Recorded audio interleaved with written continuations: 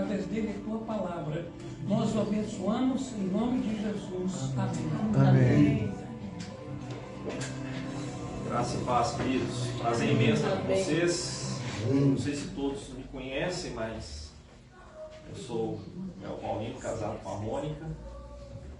Tenho 2 filhos. Estão me ouvindo bem? Você pode conseguir aqui. Eu tenho 2 filhos. O Davi, que está com 7 anos. A Zoe, que está com 5. Essa é a segunda vez que eu estou vindo aqui. Tá ligado? Hã? Tá ligado o microfone? Ei. Isso. Ei. Ok. Agora tá bom. É a segunda vez que eu venho aqui esse ano. Prazer imenso. Meu foco principal, assim, grande parte do meu tempo, o chamado, o encargo que Deus nos deu até essa estação agora, um deles principais é a obra missionária, né? Então nós fundamos uma agência, se tornou uma agência, não sabia bem o que era, mas hoje é uma agência missionária. A pastora Sônia faz parte lá do nosso conselho, né? Pastor, tivemos reunião essa semana, onde a gente passou assim, as nações que nós estamos envolvidos. Então, grande parte do meu tempo está envolvido nesse chamado que o Senhor me deu. Começou ali uma história muito linda, em 2005. O pastor Dandu foi usado por Deus de uma maneira muito forte. E eu lembro daquele dia como hoje, ele orou pela minha vida e eu fui batizado com uma unção de compaixão. Naquela época eu não entendia muito bem o que era, mas foi uma transferência tremenda. Ele tem esse chamado assim de transferência do Espírito, né? Muito forte. Mal sabia eu que aquela experiência iria projetar o meu destino, né? Em novembro de 2007, é uma experiência pessoal, né? Eu já contei isso aqui, mas talvez tenha gente nova. O Senhor falou comigo, né? Eu estou te chamando para socorrer os meus filhos que estão morrendo nas nações. Eu não tinha a mínima ideia o que significava aquilo, não tinha a mínima ideia. Eu estava numa carreira executiva, né? E em 2008 foi quando eu entreguei para seguir esse chamado, essa carreira e um tanto de outras coisas mais. Mas a Bíblia diz que aquele que é nascido da carne é carne, né? Mas o que é nascido do Espírito é Espírito. Não sabe de onde vem nem para onde vai. Por quê? Porque uma vez que Deus começa a restaurar a nossa identidade, e primeiro Ele precisa fazer isso, depois Ele te dá um propósito. Às vezes Ele vai fazendo as duas coisas juntas, né? Ele vai restaurando a sua identidade e Ele vai revelando o destino profético que só o Pai pode dar, o destino que Ele tem para você. Cada um tem que achar um destino profético. E essa é uma das grandes lutas, talvez o Brasil, a igreja brasileira e outros locais da terra está vivendo. Porque se nós não formos restaurados na nossa identidade, nós vamos ter dificuldade de entender o propósito, né? Salmo capítulo 2, primeiro ele fala, tu és o meu filho. Depois ele fala, pede-me e te darei as nações por herança. Identidade e propósito. Algo tremendo, algo maravilhoso. E a pastora pediu para que eu estivesse falando assim dentro daquilo que a gente está enxergando nesses dias, sobre esse tema que vocês estão abordando. Eu creio que vocês estão abordando o tema aqui dos últimos dias, né? Conhecido como doutrina das últimas coisas, ou escatologia.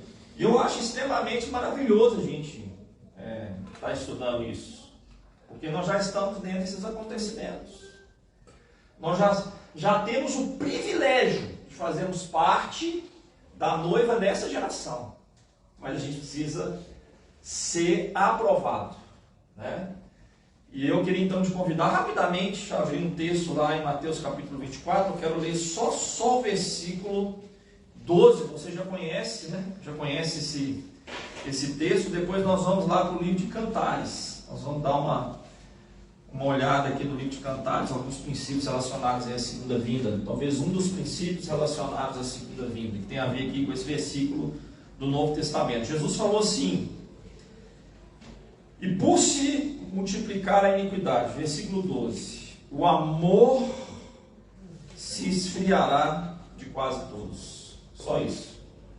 Quando a gente olha Jesus falando aqui, a gente precisa entender que todos os evangelhos, eles foram escritos, ou na sua grande maioria, o Evangelho de Mateus, então, isso é muito forte, ele foi escrito na transição do judaísmo para o cristianismo.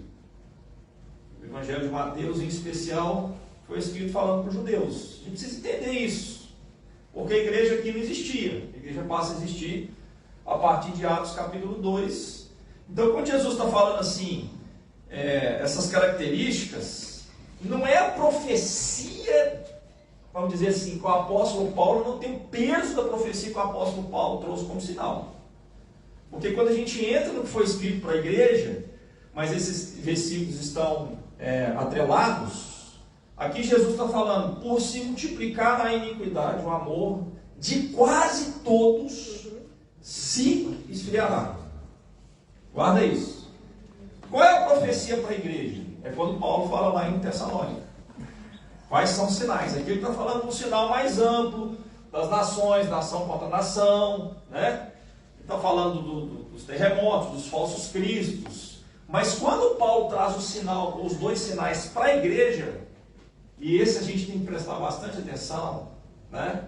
Ele está falando lá em 2 Tessalonicenses capítulo 2.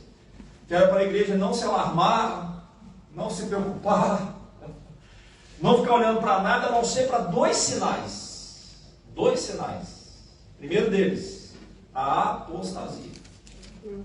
E o que é a apostasia? É um tempo onde a igreja, ou aqueles que se dizem cristãos, não vão parecer tão diferentes do mundo.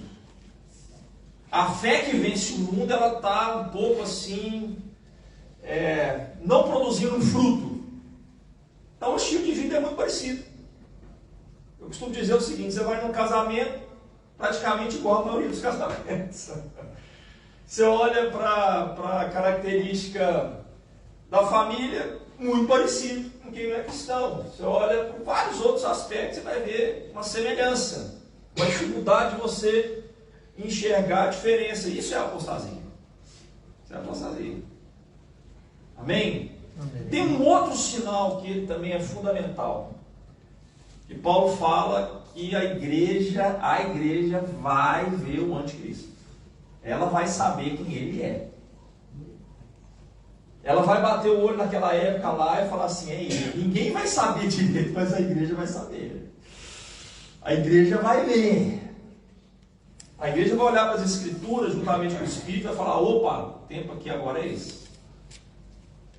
Né? Israel vai ter muita dificuldade, talvez, de enxergar. Inclusive, ele vai ter uma influência tremenda. Quando a gente fala dessas coisas, é interessante que a gente observe 3 linhas proféticas. A linha profética da igreja, você vai ver lá as cartas, Apocalipse capítulo 2 e 3. A linha profética de Israel, você vai ver lá as 70 semanas de Daniel, está tudo escrito ali. Ali Deus fecha, né, a revelação para Israel. Na 69ª ele para e enxerta o tempo da graça e termina lá na última. Lá na última as duas coisas vão se unir, igreja. E aí fica a grande questão, quando é que vai ser o arrebatamento? O arrebatamento como que ele é? Nós estamos falando dessa linha profética. Se mistura tudo lá no Apocalipse. E nós temos a linha profética das nações. Como é que Deus vai tratar as nações? Está lá no tribunal das nações, Mateus capítulo 25.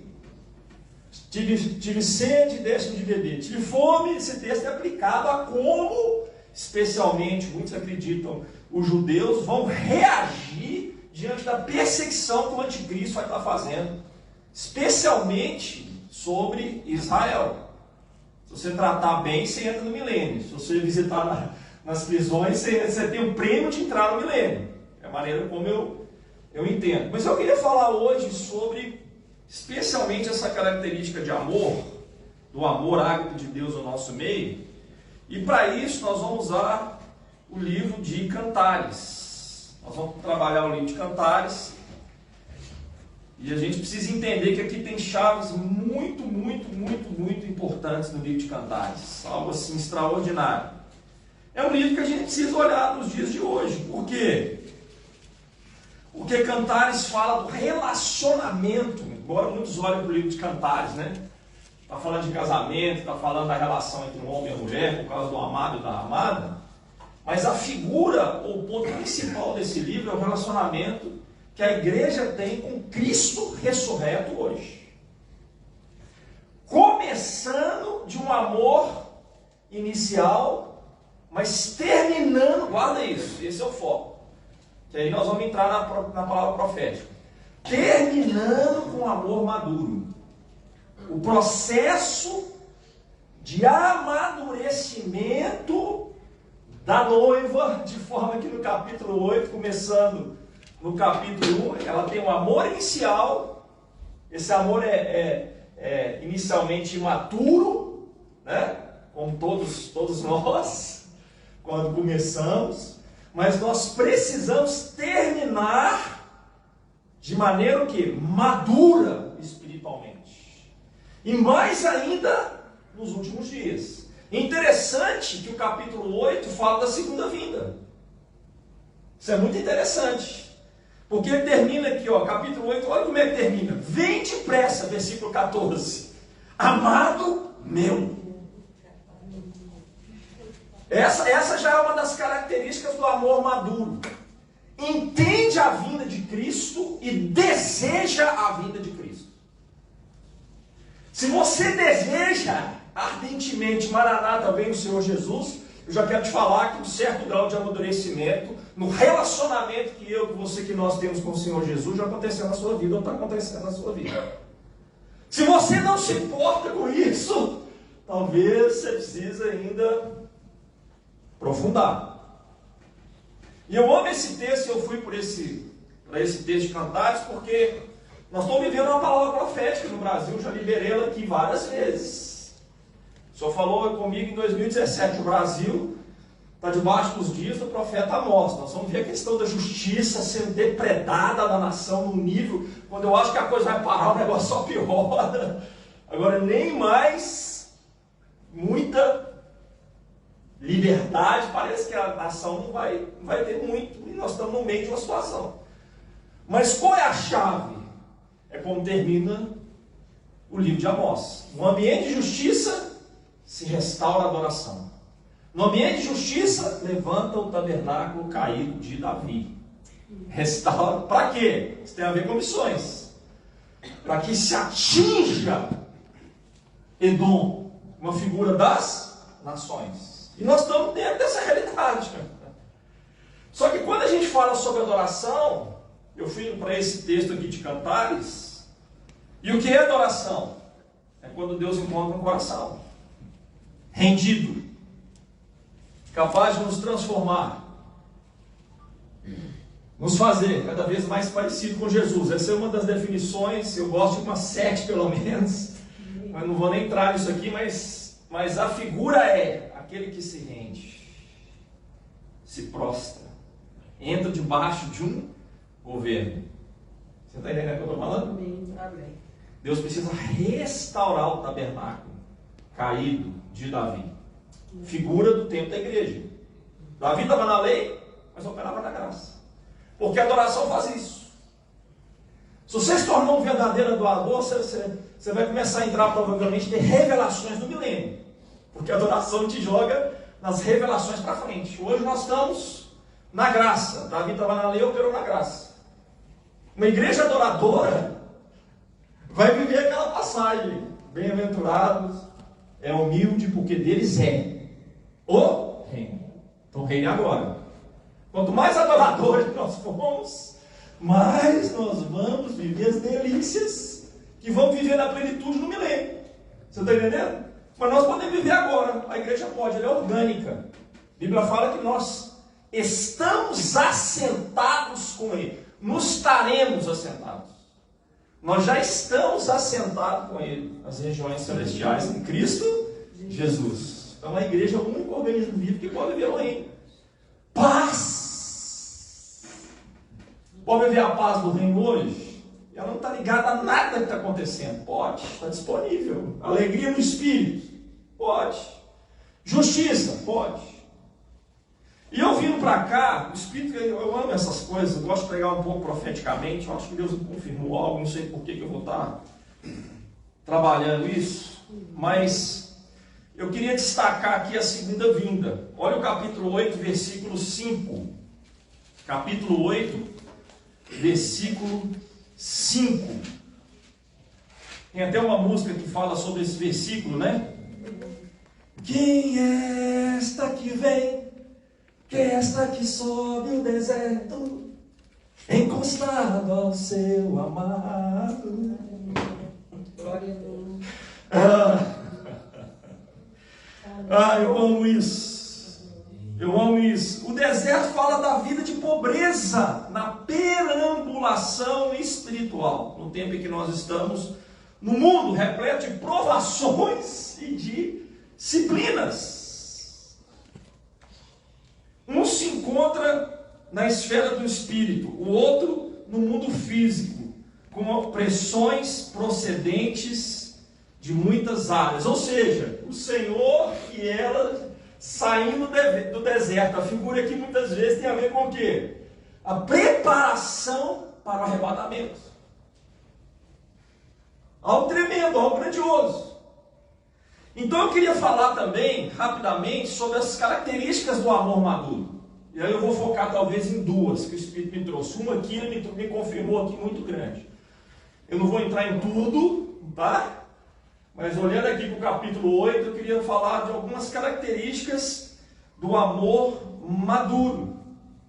E aí nós vamos focar em duas, que eu acho que vai ser o ponto que Jesus quer trabalhar com a gente aqui hoje. Você está comigo? Amém. Primeira característica, põe-me, versículo 6 do capítulo 8, é uma oração que ela faz, põe-me com selo sobre o seu coração. Põe-me com selo sobre o seu coração. Nos tempos antigos, quando poucos sabiam escrever, as pessoas traziam um selo pendurado no pescoço, ou um pendente sobre o coração. Não vou nem entrar nisso aqui, mas a oração dela está falando o seguinte: ela estava pedindo ao Senhor que lhe desse um lugar permanente em seu coração. Ela está clamando, pedindo o quê? Constância. Quando você vê o amadurecimento da noiva, você vai ver vários momentos que ela é inconstante, né? Eu vou dar um exemplo aqui. Certa vez o Senhor chamou ela para uma intimidade, e ela falou assim: eu vou levantar agora, está lá no livro de Cantar, não vou entrar nisso aqui, há de vestir novamente a túnica. Isso fala do amor inconstante nosso. A carne nos vence quando o Senhor nos chama para um nível maior de intimidade. Nós não queremos pagar um preço. Tem dia que nós estamos aqui em Deus, tem dia que nós estamos aqui em Deus. Mas no final ela termina: eu quero constância. É onde o amor se assenta. Ele se assenta onde? No coração. Coloca como selo no seu braço, onde a força se encontra. Em outras palavras, o amor maduro quer constância como um selo marcado, um estilo de vida. É o amor maduro. Ele não fica inconstante. E agora ela intercede. Por que ela intercede? Porque ela sabe que aquilo não está nela mesma. Mas ela pede ele, ela deseja isso, ela quer isso. Repete comigo: eu quero. Um amor constante em relacionamento com Ele. Põe-me como um selo sobre o teu coração. Eu quero. Você me perguntou, eu quero isso. Você quer isso? Eu quero isso. Quero isso, querido. Quero isso. O versículo 7, ele tem uma outra característica aqui falando desse amor, e aqui eu quero aprofundar. Aqui é onde Deus falou para eu aprofundar nesse tempo aqui. Tem a ver comigo. Eu estou passando meu coração em revista nisso aqui. Eu estou passando muito meu coração em revista nisso aqui. E o versículo 12 é onde a gente vai aprofundar. Depois eu falo os demais, tá bom? O versículo fala assim: as muitas águas não poderiam apagar o amor, nem os rios afogá-los. Ainda que alguém desse todos os bens da sua casa pelo amor, seria de todo desprezado. Eu creio, irmãos, que esse é um ponto fundamental nos dias de hoje. O que significa essa passagem aqui? Eu não busco o teu amor, eu já entendi que eu não preciso provar sendo simplesmente um servo seu. Você já viu aquelas pessoas, às vezes, que não têm uma identidade de filho formada? Você já viu isso ou não? Não tem identidade de filho, e porque não tem identidade de filho, quer ficar servindo, não tem problema servir, servia um fundamento cristão. Tá? Mas o problema é quando o nosso sacerdócio, nós operamos na ordem levítica, que é trabalho. Nós operamos debaixo de cansaço. Porque eu preciso provar alguma coisa para mim mesmo. Quem está entendendo o que eu estou falando?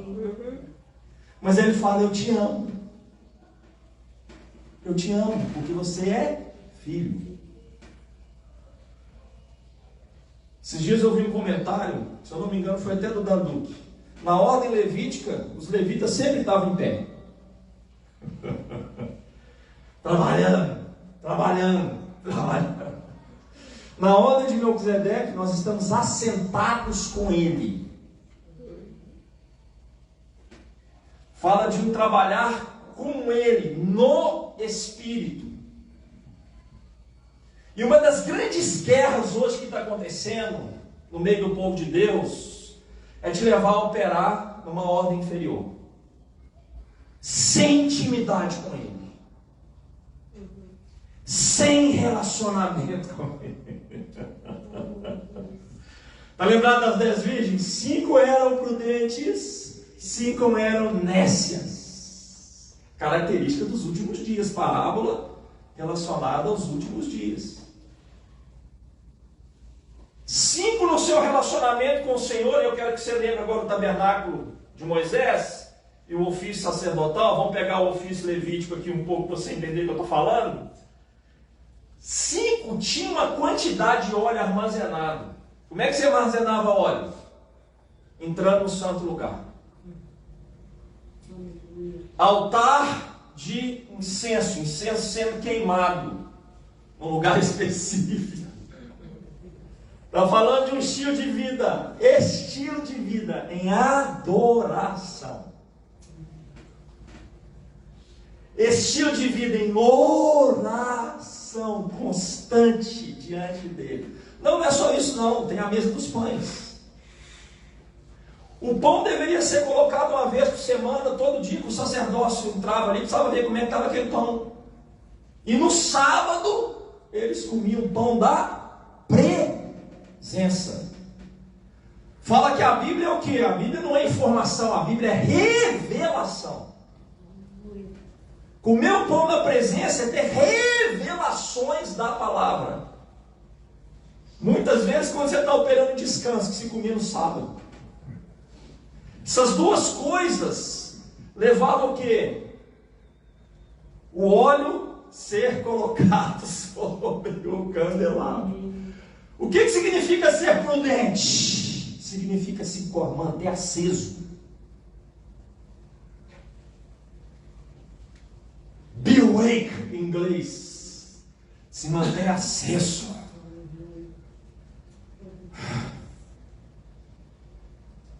Num tempo onde o asmor, da grande maioria de quase todos, vai estar se esfriando, be awake para você, para mim, para nós. Be awake. Se mantenha aceso. Como é que eu posso me manter aceso? Estilo de vida. Buscando constantemente a presença. Eu estou queimando aqui, meu Deus. Aleluia. Quem está entendendo o que eu estou falando? Amém. Quando Jesus falou para Maria e Marta, na verdade ele falou para Marta, a sua irmã escolheu a melhor parte. O original, a melhor parte significa o melhor ofício, o melhor trabalho. Como assim? Ela estava sentada aos pés, guarda isso, aos pés do Senhor, como nós devemos estar hoje, assentado, descansando com Ele.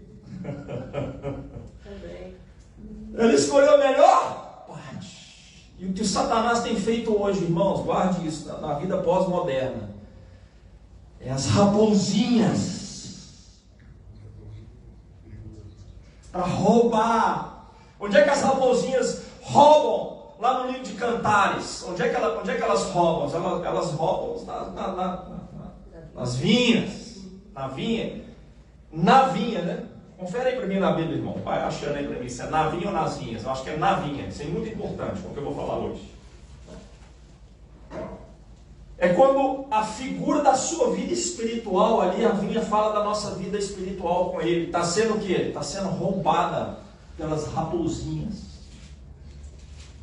Distrações que têm roubado a nossa vida de oração. Distrações que têm roubado o nosso sacerdócio, a nossa vida de oração. Distrações que têm nos tirado do óleo que Jesus precisa derramar para que nós estejamos acesos. Porque a figura do sacerdote entrando ali não tinha uma fonte externa. Ali era só o sacerdote que abastecia com óleo. Ali é a figura de Jesus derramando óleo. Só ele, olha para mim, só ele pode derramar óleo. Só ele pode. Desesperadamente, eu quero falar para você, nessa manhã, não deixe as raposinhas, capítulo 2, versículo 15, apanhai-me as raposas, as raposinhas que devastam os vinhedos, porque as nossas vinhas estão em flor, vinhas no plural. Nossa vida espiritual. O livro de Cantares é interessante, às vezes ele fala no individual, às vezes ele fala no coletivo. Individual fala da nossa vida, nossa experiência, nossa busca individual, mas não é só individual, fala do corpo, fala da comunhão do corpo, fala da vida orgânica da igreja. Aqui ele está aplicando na vida orgânica da igreja. Então, a característica, ou uma outra característica do amor maduro, é que as muitas águas, versículo 7, não poderiam apagar o amor. É quando a gente entende isso, que provações, sofrimentos, inimigos, perseguições, tentações, não podem impedir o meu amor por ti. O amor dele por nós. Você está entendendo? Quando eu tenho essa revelação, eu paro de buscar a conquista do amor dele. Eu já sei que ele me ama. Aí eu deixo de servir por obrigação e vou servir por amor. É isso mesmo. O servo, na mentalidade escravo, serve por obrigação. O filho serve por amor. Isso aqui é poderosíssimo. Há uma grande distância entre servir por obrigação, entre orar por obrigação, e por amor. Por amor, você vai estar com alegria. O problema é quando a gente perde a alegria no ministério. Quem está entendendo? Mas eu quero falar mais uma característica aqui. E essa eu quero frisar no versículo 12. A vinha que me pertence está ao meu dispor, tu, ó Salomão, terás os 1000 ciclos. É interessante que quando a noiva começa a vida dela espiritual lá no capítulo 1, é muito interessante. Quando ela começa, ela tem fome e tem sede. E o Senhor a introduz nas recâmaras. Você vai ver isso, depois você estuda. Isso aqui é uma outra palavra.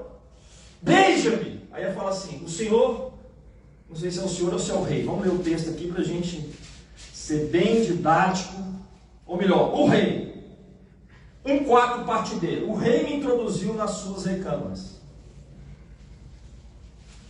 Fala de quando o Senhor nos leva em direção, nos coloca espiritualmente nos santos dos santos. Ela está começando. O amor aqui é inicial. Por quê? A pré-câmara é a figura do átrio, é o que nós estamos vendo aqui. É natural, luz natural. Quem ficava na época de Salomão, nesse lugar? Os secretários do rei. Era o início de uma caminhada, o rei estava no trono, que no caso aqui é a recâmara, mas começa pelos secretários do rei. Está lembrado de Esther? Que aqui a figura é a mesma figura do tabernáculo. Tá? Você tinha a câmara. A gente precisa entender a câmara. Dentro do palácio. O que era a câmara? Era onde estava, presta atenção nisso, a guarda real do rei.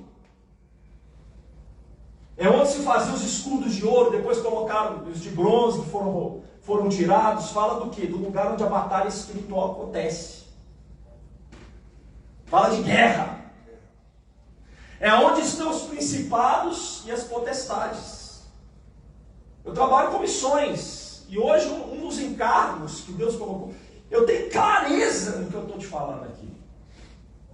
Clareza. Nós precisamos de missionários que restaurem e levantem altares nas nações. Uma das principais características de treinamento da Nations Help hoje, a missão pela qual eu estou na frente, é gerar um entendimento em revelação que você precisa ir para uma nação, primeiramente, para levantar altares. Por quê? A luta é nos segundos céus. A luta não é no átrio. A luta é na câmara. O altar de incenso está no segundo céu, se você olhar para a figura do tabernáculo de Moisés. O candelabro também está no segundo céu. A mesa dos pães está operando também no segundo céu. O sacerdote entrava no santo lugar. Esse é o santo lugar, mas é onde também tem a batalha. Mas a Bíblia diz que o Senhor introduziu aqui o rei. Antes da gente ter um noivo, a gente tinha que ter um rei. Mas começa por aí. O rei introduziu aonde? Na recâmara. Que é depois da câmara. Que é onde está o trono. É onde Jesus se assentou com ele, nas regiões celestiais em Cristo Jesus. É onde está o trono. Ela está começando o amor dela. É o que Hebreus fala conosco. Tem de ousadia para adentrar os santos dos santos. Dentro do ofício sacerdotal. Eu tenho uma notícia para você. Ele já rasgou o véu.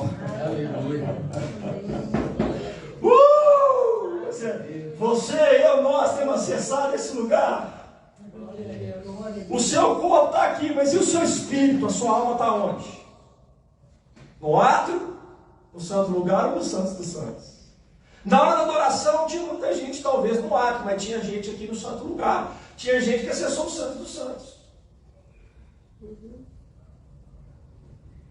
E aí, não vou entrar nisso aqui, mas o que acontece quando a gente acessa esses lugares espirituais?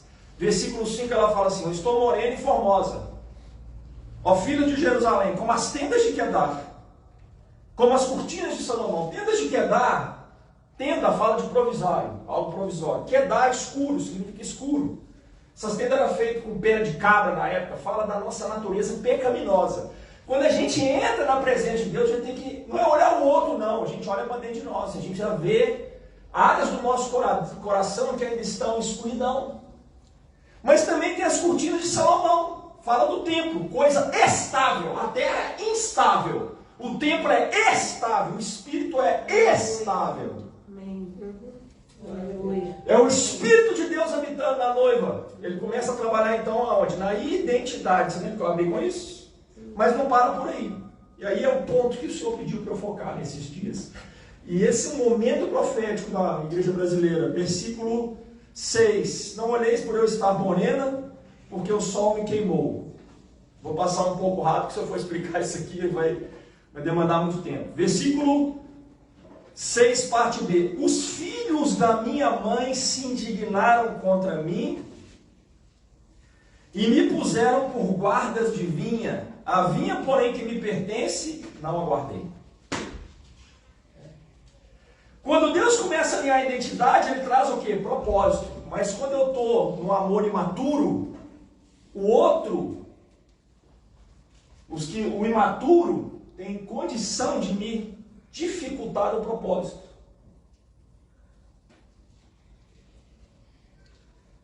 Isso aqui é muito forte, irmãos. Os filhos da minha mãe eram pessoas da mesma família, filhos da graça. Porém, tratavam as coisas sem aquela maturidade do espírito. E eles pegaram essa noiva e colocaram ela para cuidar de vinhas. E a vinha, que era dela, ela perdeu. Quem está entendendo o que eu estou falando? Amém. Só que no final, você tem o capítulo 8, versículo 12. Quando ela amadurece, ela fala assim: a vinha que me pertence está ao seu dispor, tu, ó rei Salomão. Quando nós alcançamos o amor maduro, ninguém pode te roubar a revelação que você é filho.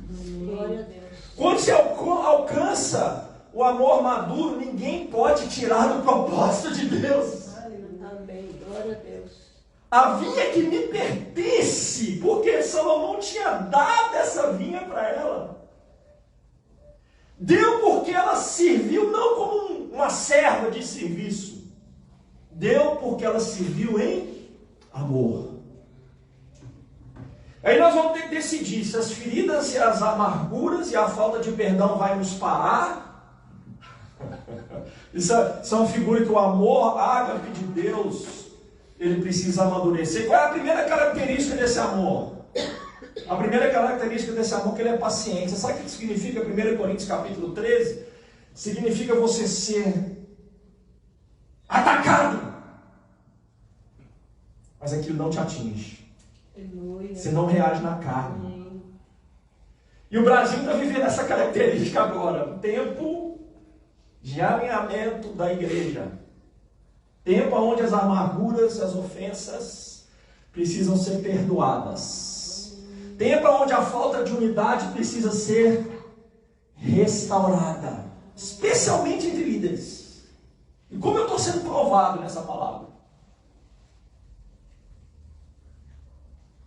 Especialmente. E o Espírito Santo é o quê? Curando líderes desses dias. Amém. A situação do Brasil agora é cura. Cura de líderes. Por causa do nível de batalha espiritual. Porque senão nós vamos perder a nossa vinha. E quando nós não somos curados, a gente vai para as vinhas, a gente vai cuidar, entrar em coisas que Deus não está nos pedindo, a gente vai tentar agradar o homem, a gente vai perder a direção. Mas quando o amor amadurece, quando o amor cresce no nosso meio, ninguém pode te roubar a minha vida. Amém. Glória a Deus. Glória a Deus. Ninguém. Aleluia. Nada.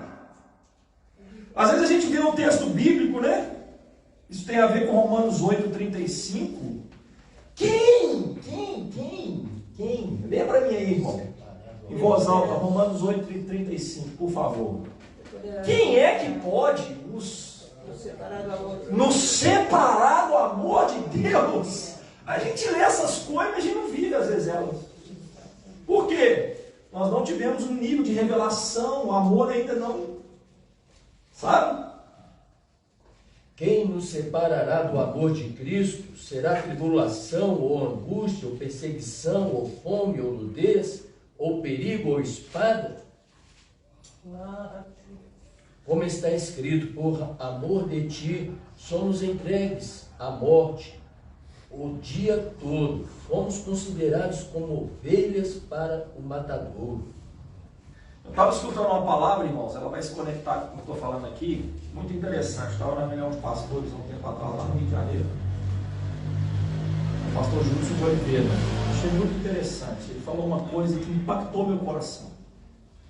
Muito. Vai impactar a sua vida, em cima do que eu estou falando aqui. Escute. Escute. Quando uma das filhas de Jacó foi abusada 2 irmãos lideraram uma revolta. Vocês estão lembrados disso? Quem eles eram?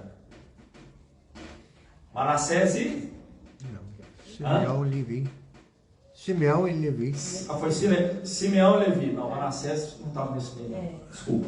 Manassés é o filho de José. Simeão e Levi. Quando você olha para a herança, está lembrado de Levi? Perdeu a herança. Porque fez o certo debaixo da carne.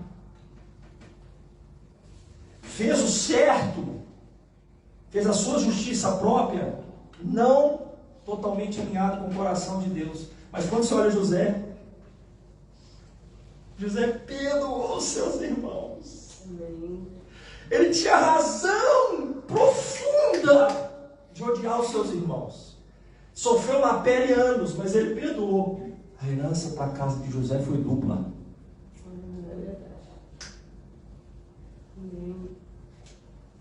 É o que o texto aqui está falando aqui, ó. A vinha que me pertence está ao meu dispor.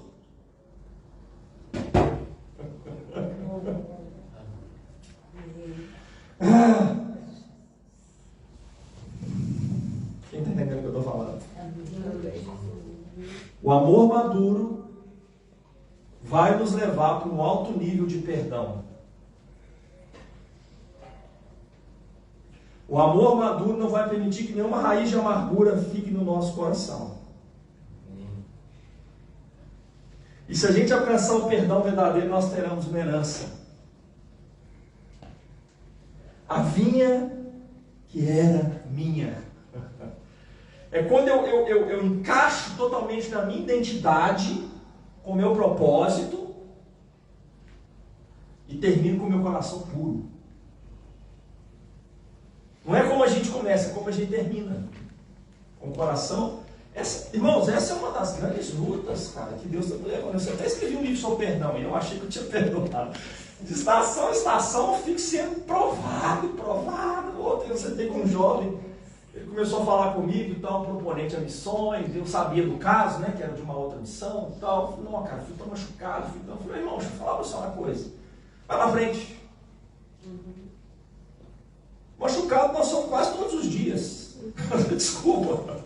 Deixa eu te falar uma coisa. Você vai ter que amadurecer, cara. Quase toda hora. Você está entendendo? Mas a grande questão, como está o seu coração? Então o amor maduro, sabe, nos leva nessa direção. Servirmos não por obrigação, mas por amor. O amor maduro nos leva nessa direção. Que direção, pastor? A vinha que me pertence. A vinha que é minha está ao seu dispor. Ela pagou com amor a sua dose de responsabilidade, e o seu trabalho não era trabalho por obrigação, porque estava debaixo da lei, motivada por medo, mas motivada por amor, em alegria, em contemplação. Você quer uma outra característica? Aqui, ó, versículo 13. Ó, tu que habita nos jardins. O que significa isso aqui? É a esposa falando para Jesus. Ó, tu que habita nos jardins. Por que jardins no plural aqui? Porque é para o maduro, mas ele continua habitando no meio dos imaturos. Ele habita tanto no jardim do maduro quanto dos imaturos. Ó, tu que habita. Os companheiros estão atentos para ouvir a tua voz. Faz-me, pois, também ouvi-la. O maduro ouve e obedece. Obediência. Independentemente de qualquer coisa. É uma outra característica desse amor. Versículo 8 é outra. Temos uma irmãzinha que ainda não tem seios. Que faríamos a essa nossa irmã? Ela não está preocupada só com ela. Ela está olhando para os imaturos, ela se preocupa com o outro. Ela está bem, ela já tem a sua vinha, mas ela está preocupada com o outro. Ela está preocupada com aquele que não é maduro, não tem seios, fala de maturidade. Quando os sentimentos, o que? Ainda governa.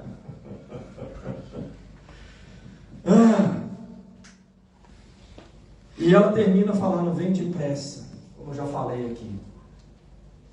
Senhor, eu quero te agradecer por essa palavra, do amor imaturo para o amor maduro.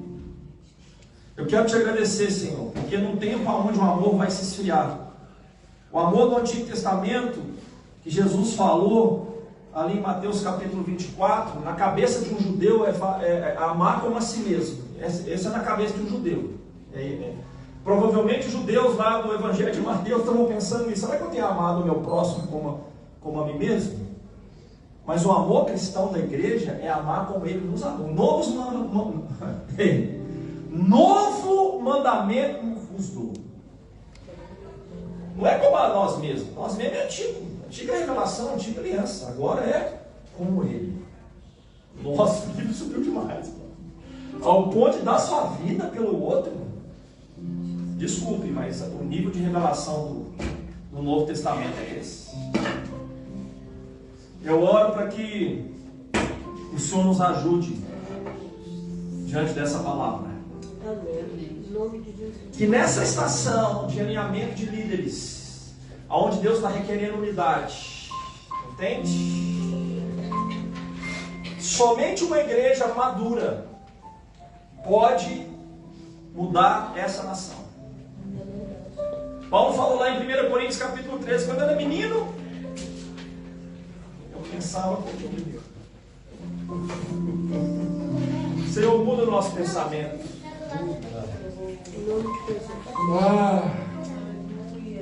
Nos dá um entendimento que nós somos mordomos. Mordomos, nada é nosso. Essa é uma outra característica do amor maduro. Porque se a gente achar que é nosso, ele passa a ser egoísta. E não é um amor divino. Quando eu era menino, eu pensava, eu falava, eu agia como menino. Muda essa realidade no nosso meio, Senhor. Traz crescimento espiritual para a tua igreja nesses dias. Levanta os anciões, é uma outra palavra que Deus me trouxe profética para essa nação. Em tempos de crise, se levanta os anciões, livro de Joel. Mas se levanta para quê? Para que eles possam tocar a nova geração.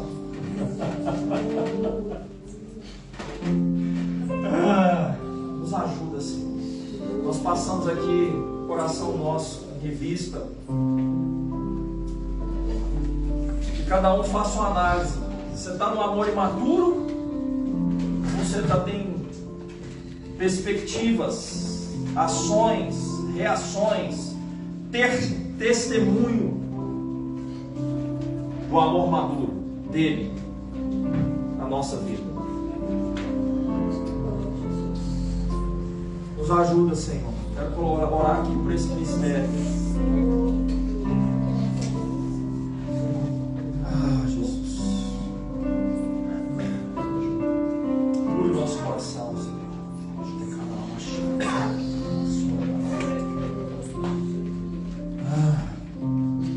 Que esse ministério possa colocar vinha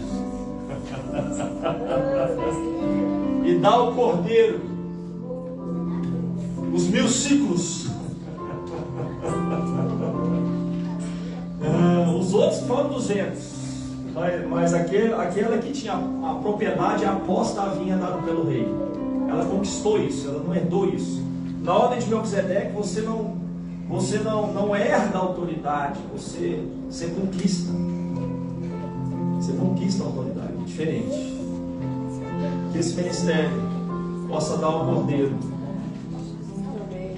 tudo aquilo que lhe é devido. Que essa vinha, meu Deus, possa dar ao cordeiro tudo aquilo, é por amor, não é por obrigação, é por amor. Possa dar ao cordeiro. Nós te pedimos, Deus, as nações nessa manhã.